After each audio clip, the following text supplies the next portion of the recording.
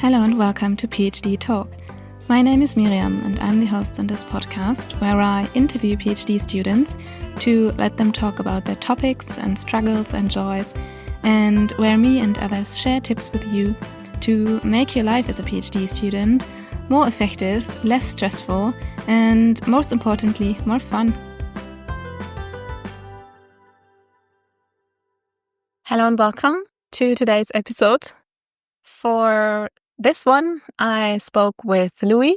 Louis is a PhD student at the Swedish University of Agricultural Sciences. In particular, he is a microbiologist. His research focuses on how soil microbial communities, so all the little things, all the little creatures that are in the soil, and in particular how their physiology and their interactions respond to environmental changes and how these are influenced by shifts in plant communities as an environmental change. These changes can happen due to climate change, so the plant community changes because weather conditions change, or because farmers just decide to manage their land in another way and use a different strategy. By understanding these interactions better between soil microbes and the soil and the plants and anything else, it may become possible to develop recommendations for improving land management and even enhance carbon storage in the soil. So increasing the capability of soils to store carbon from the atmosphere over longer periods of time, which is a climate mitigation strategy. Or climate change mitigation strategy. Then thanks for listening. I hope you enjoy today's episode and let's talk science. Today's introduction is in French. Bonjour, je m'appelle Louis Dufour et je travaille dans le département des sciences des sols et de l'environnement à l'université de SLU, l'université suédoise des sciences agricoles à Uppsala en Suède. Donc mon domaine d'étude se situe à l'interface entre les sciences des sols, l'écologie microbienne et moléculaire. Et la question principale de mon travail est la suivante. Donc en quoi différentes végétations impactent la composition de la matière organique des sols, les molécules et les communautés microbiennes, et en quoi cela résulte à différentes activités de ces communautés microbiennes qui vont ensuite influencer la dynamique des carbones dans les sols. Hello, Louis. Hi. Welcome to today's episode. Thanks for inviting me. Louis, would you like to introduce us a bit to yourself? Like, what did you do before you became a PhD here? A bit of your career background. Yeah. So I studied in France in Bordeaux, Clermont-Ferrand, Strasbourg, like ecology, agronomy, and microbiology. And I did some internship in a farm close to Saint-Étienne, close to Lyon, one in soil science close to Versailles, on the west of Paris, and another one in Vienna on microbial ecology in soil. So your background was already on soil and microbiology? Yeah. Okay. And so now I'm in my last year of my PhD studies, so in Uppsala, as I said. Where exactly do you study, and like which department and which group, and where are you in? So I'm in the Soil and Environment Department in the group of nutrient cycling. And what is your research topic? So my main question is like how the vegetations, so like different kind of land use, like grassland or woodlands, or different kind of plantation of woody crops. Woody crops is like trees or shrubs. Okay. And also like cover crops. So how this different kind of land use and management impact the composition of the organic matter in the soil, and how these differences in composition can impact microbial activity and the potential like final output of final product of this activity. If it's more like heat dissipation, CO2 emission, or more biomass or other product. Yeah. Okay. So how different compositions or rotations or plants themselves change the soil? Yeah. Okay. Yeah. How do you find out about that? So we use different approaches. First, we can look more at the composition of the organic molecule in the soils. So we have different approach, like for instance, using some mid-infrared spectroscopy or using ultra-resolution mass spectrometry. What can you see? So this is imaging, right? You create images? This is more like looking at the different bonds in the molecule in the soil, or looking at different molecular formulae we got. And so this gives us an idea of the composition of the molecule in the soil, or the composition of potential bonds in the soil. But after we can also look at the microbes. So for instance, we can extract some DNA from the soil. This can be sequenced, and we can get an idea of the composition of the microbes and potentially what the microbes are doing or this kind of thing. So that's an idea, looking both at the organic molecules and the microbes. And after, for instance, we can measure also different, when we have the molecules close by to the microbes, how the microbe will react. So by measuring heat dissipation or measuring how much biomass have been produced in a given amount of time, for instance. So I understand that you are looking at the different molecules that are there, and then you are looking at the DNA of the different microbes, and then you see, okay, if we have this molecule, we also have this microbe. And we look at the interaction between different molecules, different composition of molecules, and different microbes can lead to different microbial responses in terms of their activities and different pathways, metabolic pathways within these microbes. Okay, and what is a metabolic pathway? Metabolic pathway is like a kind of network of reactions within a microbes, and depending the pathways, there is different product. So it could be can lead to some small molecules that are excreted outside of the microbe, or bigger one, some enzyme, for instance. Or it could be some molecules that are part of the biomass of the microbes. Or it could be also some small molecules that are dissipated after emitted in the air, like the CO2. Or it could be also some energy that is not converted into work for the microbes, and that is dissipated as a heat, for instance. So we try to get an kind of a bioenergetic approach to study the interaction between the organic molecules in the soil and the microbial community to better understand more the dynamic of the carbon in the soils. I'm trying to process. So depending on the molecules that are there, they kind of determine which microbes are there. And then together, they kind of determine the change in carbon in the soil. Yeah, kind of. Yeah? Yeah.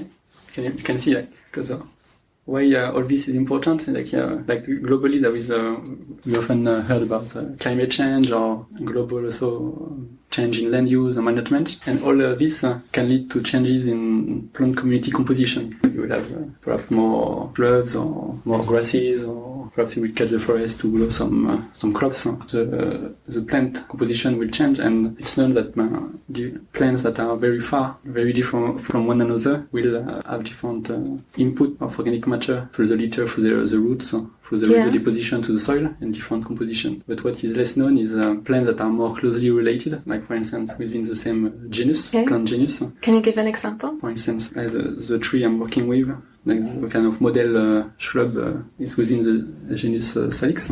So it's a plant that is used to produce, for instance, biomass. Biomass for? For instance, to make baskets or this kind of thing. And so here in Uppsala there is a long-term field experiment, for instance, we are using, and so they an experiment that is have been set up for 17 years, and so they planted, replicated, and randomly distributed design different varieties and species of these shrubs belonging to the same genus, and trying to see the impact of the soil processes on the long term. So that's this kind of experiment we can use, for instance. So then if you have one species now and then another species, and then you can predict, okay, if we have that species, then we're going to have that microbial community and those molecules. But if we change to another, then the microbial community will change. No, that's what we are trying to better understand. Yeah. And then from that you can relate to, this will lead to changes in carbon stock. In the soil? In fine, but after it could be, as it's difficult to measure in the short term small change in soil organic carbon stock. There are models that are developed, and these models are usually associated with a lot of uncertainties, and it's relevant, important to have a better understanding of the mechanisms that after can help perhaps to develop future models with lower uncertainty regarding the dynamic of the carbon in the soils. Yeah. And in these models, the composition of the organic molecules and the composition of the microbes are, with the growing ideas, suggest that it's like important parameters to better study. And then the models that exist now, the microbial community is not included or not sufficiently included? Yeah, but that's working progress. That's some work on it. Yeah, I see. And what have you found so far? Yeah, that one of my first main hypotheses was that very closely related species or within the same genus would impact the composition of the organic matter, because there were some studies about it with other genus, but in our case we didn't really see a clear impact on this. So the different reason for this, one of the reasons is the method we used was a bit more perhaps too broad, and the species also very closely related. Some trees that behave very differently above ground, different kind of phenotype above ground, but below ground not very much is known, and what we realized after 17 years, it seems there is not too much differences. Okay. So second step is to look at vegetation a bit more different, like grassland or park, and woodlands, really contrasting plant communities, and to look with a more precise approach using ultra high resolution spectrometry to really look more at the composition. And a third approach after is to look at cover crops, and so different kind of cover crops in long-term field experiments, and to try to see how the microbes in these vegetations will respond to different kind of simulated cocktail of organic matter. The idea is to, by simulating with less complexity and more controlled conditions, composition you can find in grassland or woodland, we can try to predict that with these cocktails we will design and add to the soil, the microbe will react in this way. There's a cocktail?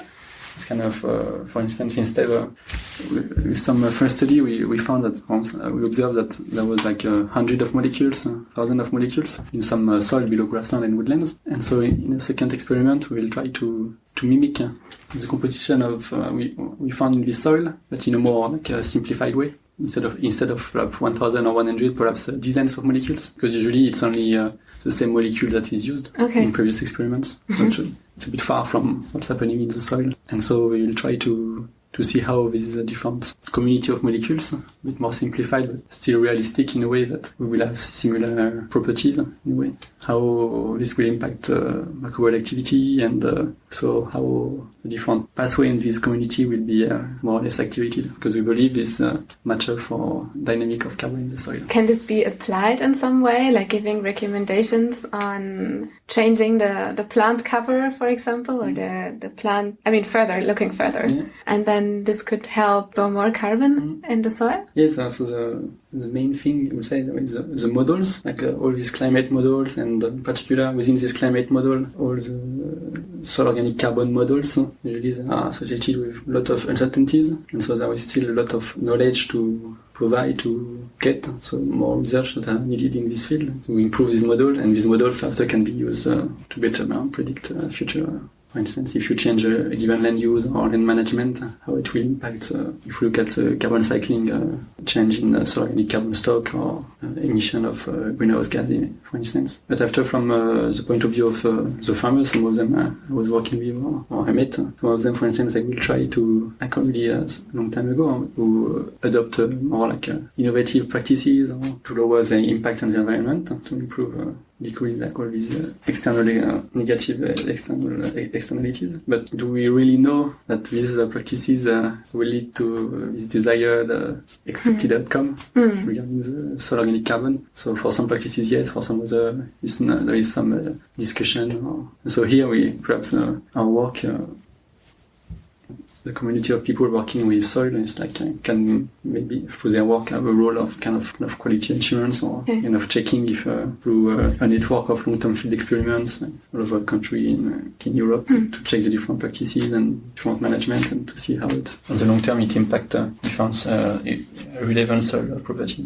When I hear that, I think of a researcher from Wageningen told me that in the Netherlands it's now a thing that farmers can get carbon credits when they change to way they manage their soils. Yeah. And they also need some kind of modeling that will predict, okay, how much carbon will the farmer be able to store in their soils in addition to what is there already over the next 10 years or something.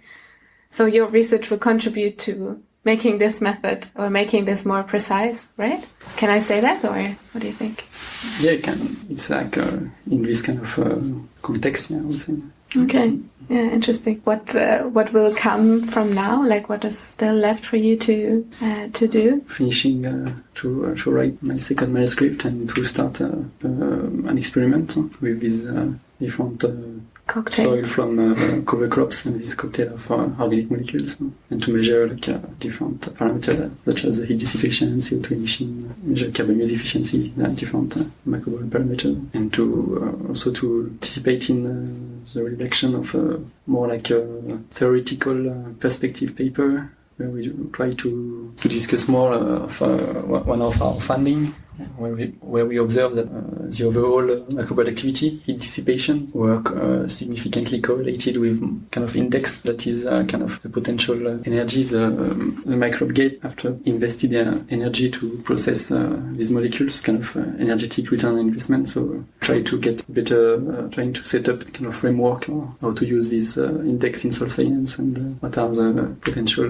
mechanisms that could explain this relationship we observed before. So this index exists in another context than soil? It's something that have been developed several years already, but there is different approach to measure this index. Also depending the field. In some field it's more like biochemistry, working with a very simplified system, can model microorganisms like yeast or bacteria. But after in soil there is a community of microorganisms, there is community of organic molecules, and how this interact. What excites me the most about this research on that interaction between the soil microorganisms and the soil organic matter. If you look take a spoon of soil, you get hundreds of different kind of species or phenotype of bacteria, for instance, and hundreds or thousands of organic molecules. Most of these bacteria, we don't really know how to cultivate them. We don't know a lot about them. And the same for these molecules. Some of them we cannot really classify them, or we don't really know their properties or how it will impact the microbes. So that's I guess all these unknown things. I find it quite interesting. I'm curious. So, and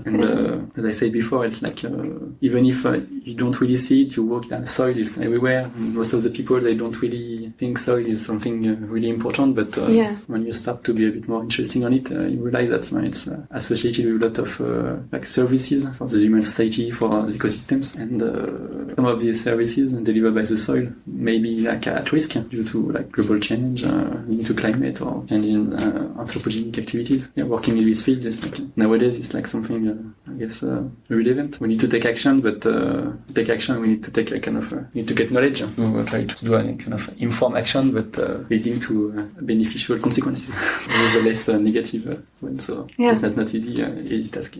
Yeah. So one of these services would be that the soil stores the carbon, right, for us? One of the services is climate regulation, but there is also all the services to deliver some nutrients for the plants or the water or the biodiversity. Can also linked with pollutions. It can also help to keep some pollutant or to even remove them in the soil. Get clean water. Yeah, sure. And then understanding better how everything works, we can kind of intervene and understand why problems occur, right? I guess. Yeah, interesting. And then I think we forgot. We wanted to talk about how you look at the world differently. I think that was already a bit about that. When you look at the soil, I think you see different things than other people do, right?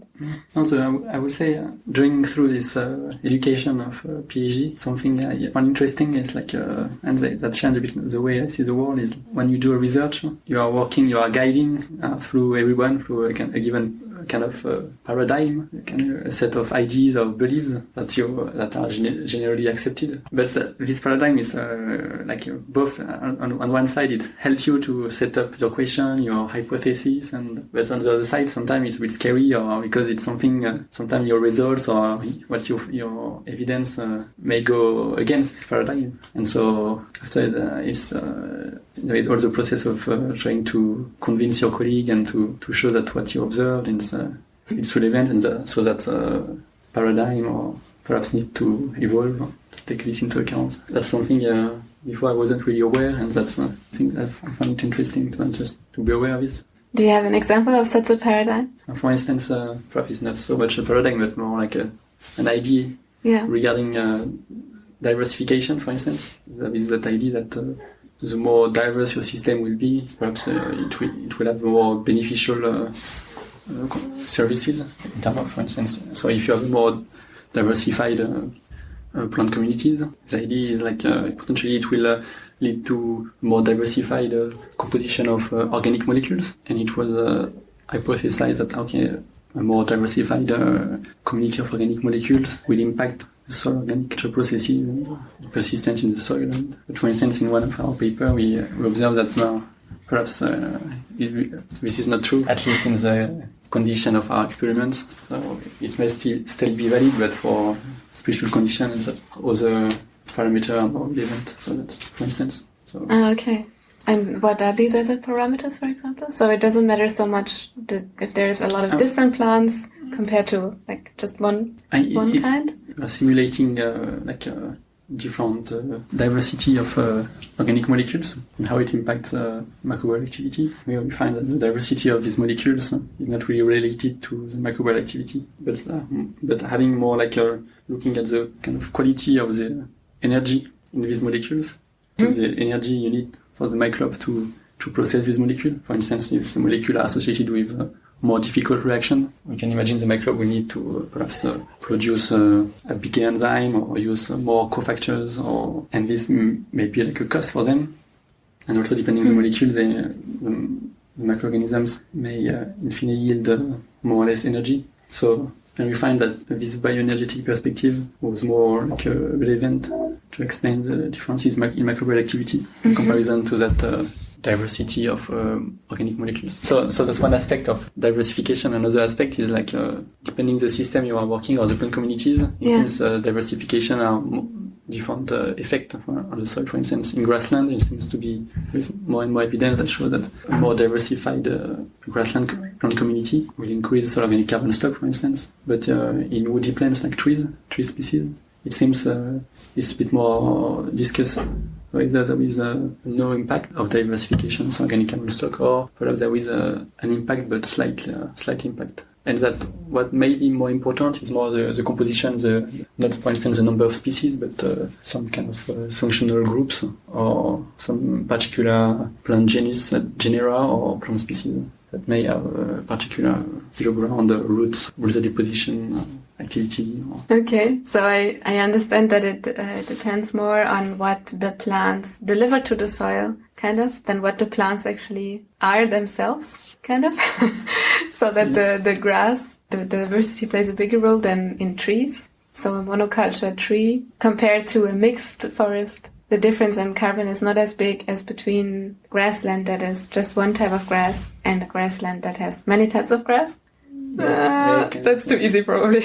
Yeah, but that's just what I want to say is like perhaps through this education, I guess what I learned probably is to have a nuanced view of a given topic. So sometimes you can get like trying to better understand each position, each argument, and after to better question the different assumptions of these views on the question, and to go to check the evidence and to go in the paper, look more on the methods, the approach they use, and to judge if it's like more like the good evidence or compared to a bit less good evidence. Or something.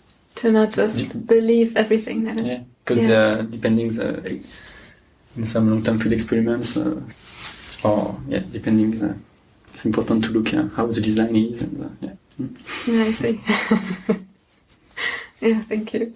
You have, apart from the research that you do you have other tasks at the university? Do you do things apart from that? Do you teach, or do you have other duties? Yeah, there is a bit of teaching. Some years ago, we participated in during COVID, trying to make a small video. Okay. On working in the lab, some experiments, because the student couldn't go into the lab. So there was this kind of online exercise for undergraduate, like a basic soil science course, soil biology. Otherwise, the different courses need to follow. Particularly, I really liked like all the courses regarding philosophy of science or teaching in higher education, and also like the critical thinking course, and also the work in sampling soil for the project, for instance, among other activities. Think you would like to stay in academia, or do you have plans for what's going to happen afterwards? Yeah, it's what I like in academia. It's doing this through this PhD. It's like we have time to try to question what our assumptions, that a given hypothesis, if is it the relevant hypothesis or not. And at the beginning, I would say I was trying perhaps going, okay, what I will do, how I will do that. But now I realize that perhaps it's more important to think of, okay, what do we know, what we don't know in this given field area, why we ask this particular question, or we set up this particular hypothesis, and so finding hypothesis and questioning our ways of looking at things, or even our ways of asking questions, I guess. Yeah. If you imagine your younger self, is this an advice you would give yourself, like prior to starting your PhD? No, but I would say that's an interesting thing in doing a PhD. It's like your way of thinking is changing. You will make difficulties, and you are doing all that journey, and you learn that dealing with all these difficulties and still like persevering and trying to achieve like your goal. So that's challenging, but I would say it's a learning process. Yes. Yeah. So some advice, trying to be perseverant and trying to keep all these relations, interaction with your colleagues or family that help you to continue. And then, as a PhD, your joys and your struggles. Would you like to share some? Some struggle. I was thinking of 4. There is one is like how to best analyze the data. Yeah. You may be confronted with, because it seems. In my case, sometimes I was confronted with different algorithms, different approaches. Some are more or less conservative, so that was a kind of a struggle. But once you figure out, perhaps with your colleagues or the supervisor, which approach is like considered as the most best practices, or after it's like kind of guide you through how to choose. And so when you don't know a new area, you need to by yourself or to deepen your understanding. So also that's every time that's a struggle, especially when you are. My background is more like microbiology, ecology.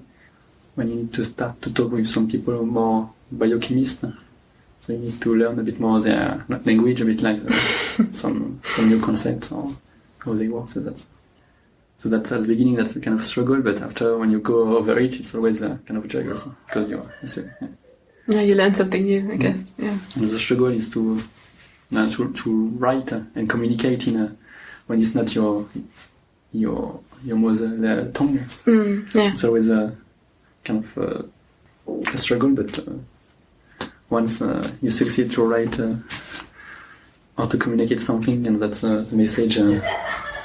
Go through it, joy also. And that's another difficulty, struggle, that sometimes on a given topic you may have to read a lot, you may be confronted to a lot of different papers, and some that they will show some results that contradict another study, and that's I would say that most often is the case. So at the beginning it's a bit difficult to figure out, okay, so who to believe and how to organize all this information. But after step by step, you try to learn how to ponderate one study compared to another. Yeah, which is not so easy, especially at the beginning. And of course, all the joy around the work of the PhD, like during that PhD education, the colleagues, the family, the relatives, the friends, and all this activity with them. Yeah. Good to not just do research, but to also have the human, the human factor. Good. Is there anything else that you would like to share? No, I think it's. Thank you very much. Okay. Thank you very much. I wish you all the best for the rest of your studies. Thank you, Miriam. Yeah, thank you for having the time.